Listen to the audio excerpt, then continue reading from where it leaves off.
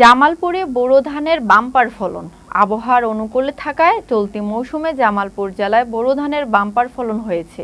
জামালপুর প্রতিনিধি রাশেদুল ইসলাম আইটিভি বাংলাকে জানিয়েছেন, এবার জেলায় ১,২৯,৩৭০ হেক্টর জমিতে বোরোর চাষ লক্ষ্যমাত্রায় নির্ধারণ করা হলেও চাষ হয়েছে ১,২৭,৫৬০ হেক্টর জমিতে।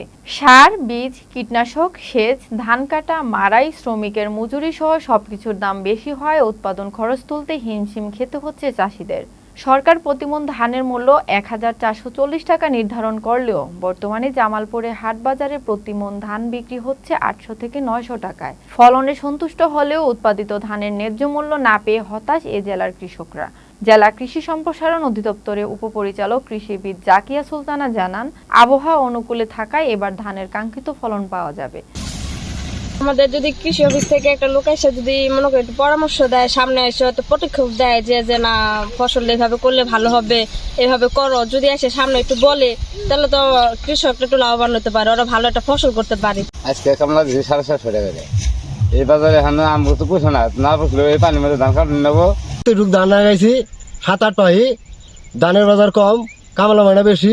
কামলা মাইনা হলো 800-900, ধানের বাজার হলো 800-900। আমার তো বুঝতে আছে না, সার বিষের দাম বেশি।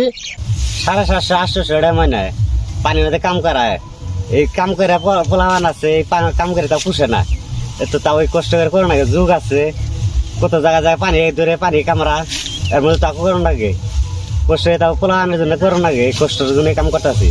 জামালপুর জেলায় বোরো আবাদের লক্ষ্যমাত্রা ছিল ১,২৯,৩৭০ হেক্টর জমি। অর্জিত হয়েছে ১,২৭,৫৬০ হেক্টর। এবছর আবহাওয়া অনুকূল থাকায় রোগ এবং পোকামাকড়ের আক্রমণ অনেক কম। আশা করছি এবছর আমরা কাঙ্ক্ষিত ফলন পাবো বলে আমার বিশ্বাস।